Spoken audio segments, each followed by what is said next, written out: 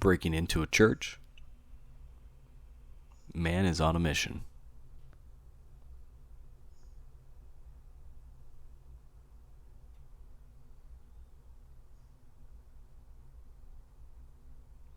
I wonder what he's looking for.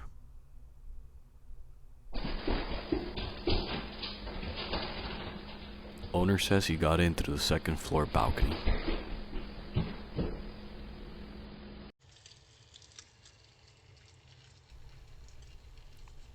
These guys broke into the house and managed to steal a few appliances.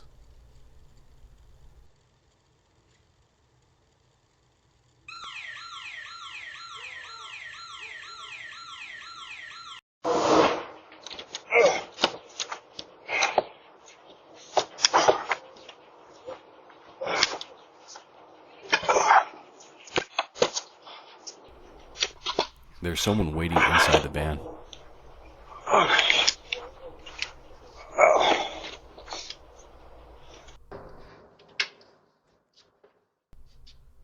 He's using the old butt technique to make less noise.